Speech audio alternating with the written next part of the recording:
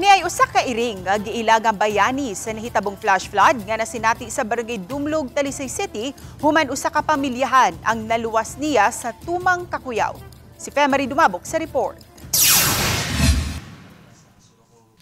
Kini si Neko, ang upat ka tuig nga iring sa pamilyang Aguspina. Matud pa maoy nakapukaw sa iyang amo nga si David Paul Aguspina, kinsa niadtong tungura natulog diha lang sa ilang sala. Sa dihang ni kusukusong bagyong Tino, matud ni Paul, nga kaadlawon pa lang sa dihang nag-brown out na human mi kusukuso ang kusog nga hangin ug ulan, nabantayan niya nga naalang sa bintana nagatubang si Neko sa gawas.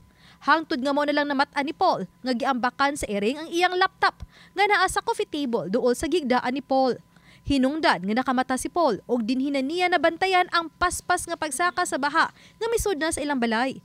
Hinungdan nga dali niyang napukaw ang 5 ka mga kauban sa balay og nakabakwit sa silingan nga tulo ka andana ang panimay. So actually nag-prepare gid me kanang tanan kanang food and like emergency lights and everything.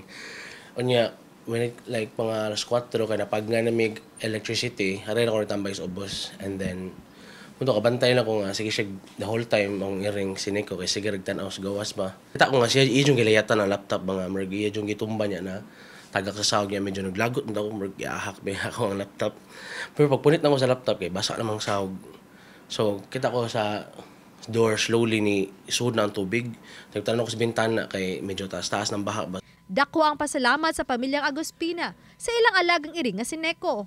Kinsa nagpakita og pagpakabana sa pamilyang nag-atiman niini.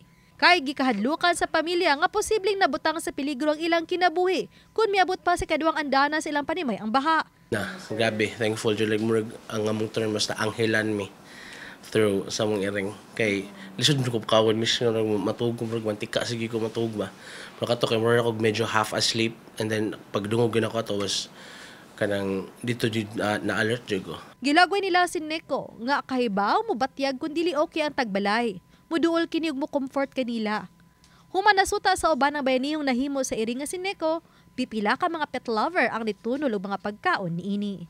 Shout out sa mga pet owners nga kanang ila jud gi-prioritize. Ila kay same sa amo kay dapat jud na mga ako sige nga dapat jud na to sila balikon kay yun important ba sa mong life. And then kuan lang siguro kanang be a responsible pet owner and then no lives left behind. Oban ni Marlon Malgazo, Femari Dumabok. Balitang Bisdak.